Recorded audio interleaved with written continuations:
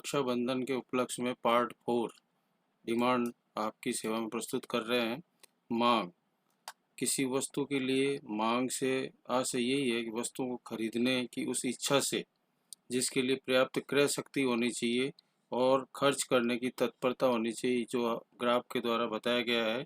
ओ Y अक्ष पर हमने वस्तु की कीमत को दर्शाया है और ओ एक्स पर वस्तु की मांग को दर्शाया है, जिसमें ई बिंदु जो आता है वो पी ओ पी और ओ क्यू क्रय शक्ति का प्रतीक बताया गया है, और P1 प्राइस बढ़ने पर और P2 प्राइस कम होने पर उसकी क्रय शक्ति या कम्युटिविटी कितनी होगी, ये उसका मांग चित्र बताया गया है।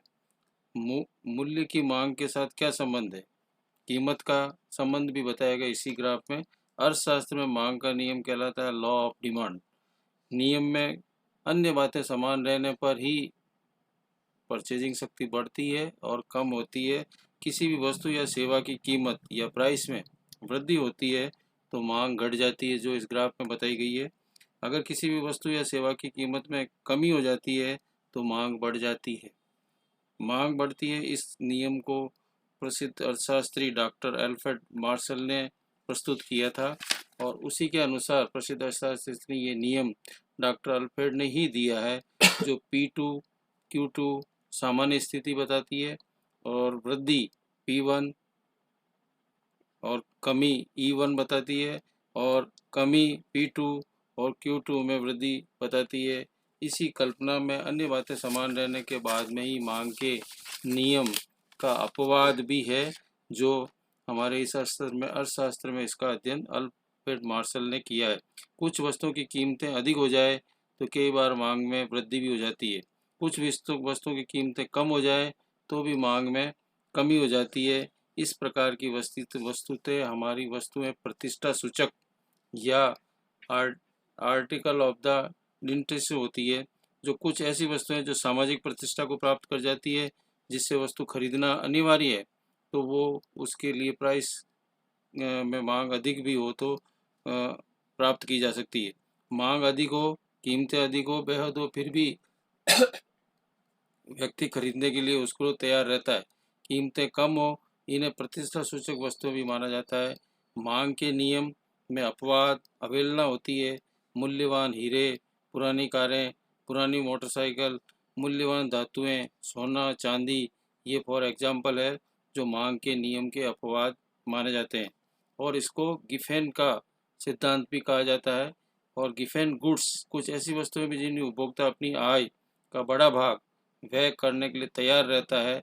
ऐसी वस्तुएं कीमतें कम होने पर भी मांग में कमी हो लेकिन अपनी वस्तु तैयार क्रय करने के लिए तैयार रहता है। इन वस्तुओं पर मांग की कमी का नियम का लॉ का कोई प्रभाव नहीं पड़ता, इसीलिए इसका अर्थशास्त्र में हम गिफेन की वस्तुओं के सिद्धांत के रूप में अन्य बातें समान रहते हुए ही अध्ययन करते हैं। इनमें मूल्य ऑब्लिक कीमत में वृद्धि हो तो मांग में वृद्धि हो जाती है। मूल्य या कीमत ऑब्लिक में कमी हो जाती है तो मांग में भी कमी हो सकती है। इस प्रकार की वस्तुओं को गिफेन की वस्तुएं अर्थशास्त्र में बोला गया है, और गिफेन की वस्तुओं का सिद्धांत दिया है। ये सिद्धांत भी रॉबर्ट गिफेन ने ही दिया, इसलिए इसी का नाम गिफेन की वस्तुएं कहा जाता है। मांग की लोच, डिमांड ऑफ इलास्टिसिटी। मूल्य कीमत में परिवर्तन होने पर 5% कमी होने पर भी अनुक्रिया में मांग में परिवर्तन हो जाता है 15% से अधिक, तो वो मांग की लोच कहलाती है।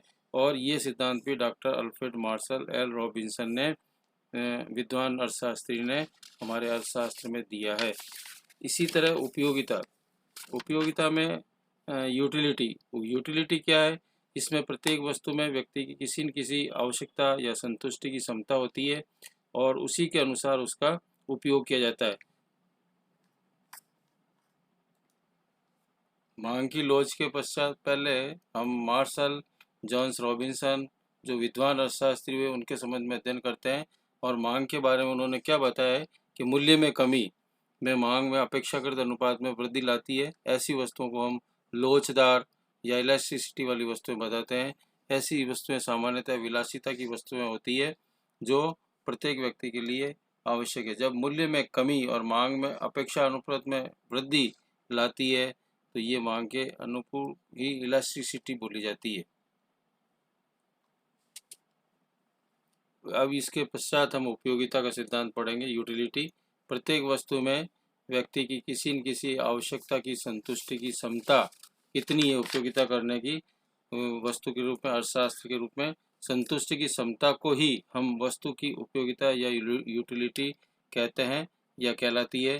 किसी वस्तु से मिलने वाली उपयोगिता उस व्यक्ति के लिए कितनी है, क्योंकि उसकी आवश्यकता की तीव्रता क्या है उस पर निर्भर करता है कि उस व्यक्ति को इनिशिएटिव कितना प्रयोग करेगा, उसको पहले उपयोग में लाएगा। फॉर एग्जाम्पल, जैसे जैसे व्यक्ति किसी वस्तु को लेना चाहता है, अधिक से अधिक इकाइयों का उपयोग करना चाहता है और आवश्यकता की तीव्रता को कम हो जाएगी।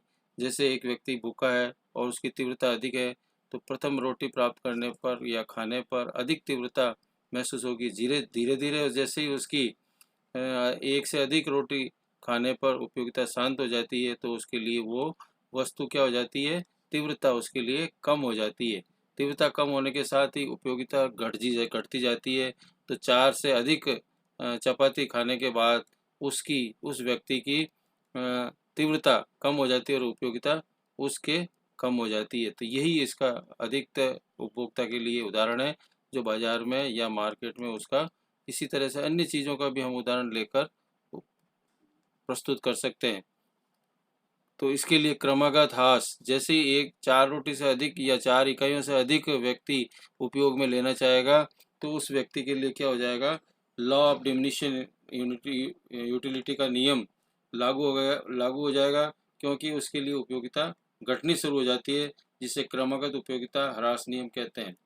प्यासे व्यक्ति के लिए 1 गिलास पानी, 2 गिलास पानी, 3 गिलास पानी, चौथा गिलास जैसे ही वो पिएगा, उसके लिए कौन सा नियम लागू हो जाएगा, क्रमागत उपयोगिता ह्रास नियम लागू हो जाएगा। उसके लिए पानी की उपयोगिता कम हो जाएगी और उस उपयोगिता के दौरान उसकी विभिन्न इकाइयाँ जैसे उपयोगिता मिलती है, उन टोटल यूटिलिटी बोलते हैं। जैसे 4 या 5 गिलास या 5 से अधिक गिलास पानी लिया है या 4 से अधिक इकाई चपाती ली, तो वो उसके लिए क्या हो गई, यूनिटी हो गई और उसका कुल उपयोगिता या टोटल उपयोगिता बोलते हैं।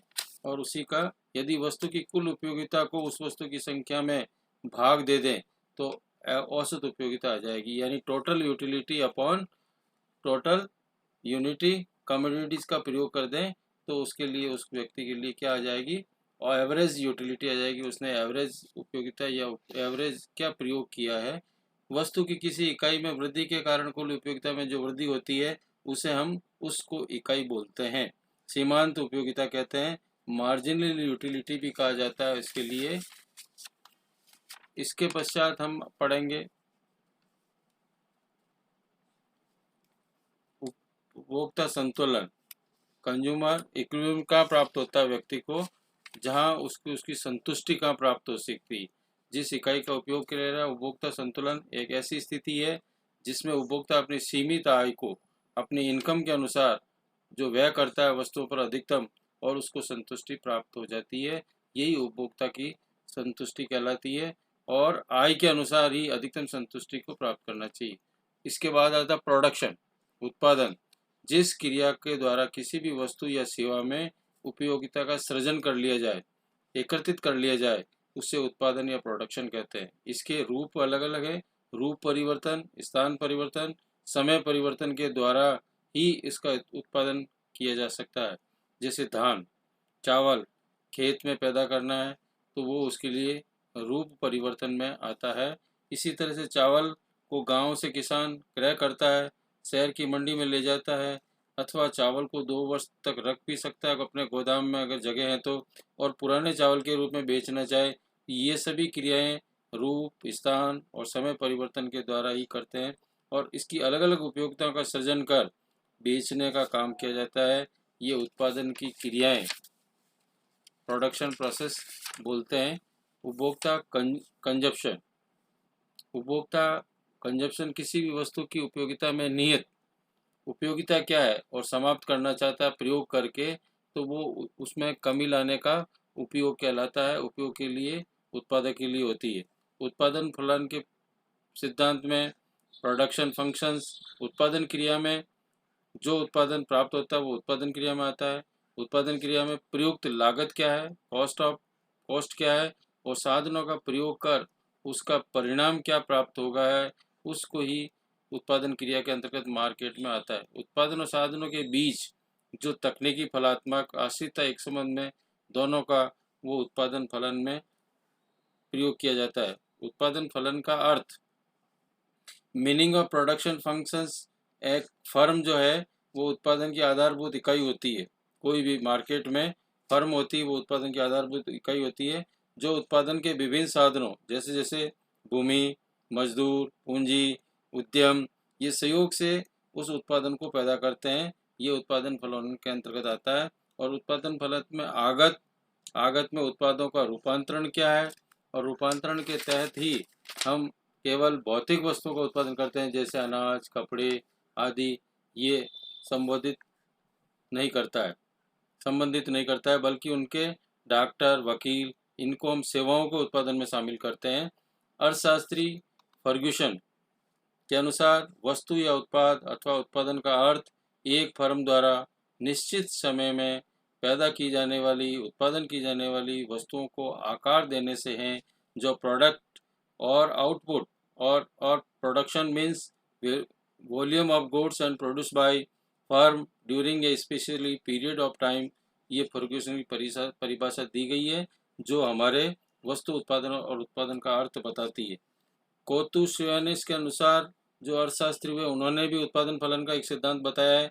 शुद्ध रूप से एक तकनीकी संबंध है इनके बीच में, मजदूर, उद्यम, साहसी, पूंजी, इनके बीच में। और उसकी आगत क्या है, आगत तथा उत्पाद को परस्पर कैसे जोड़ता है, प्रोडक्शन किसे निर्धारित करता है। The production of function is purely technical relation which the content of the factor input and output, input और आउटपुट को जोड़ता है। यही कोतुशियानी ने हमारे अर्थशास्त्र में सिद्धांत में दिया है।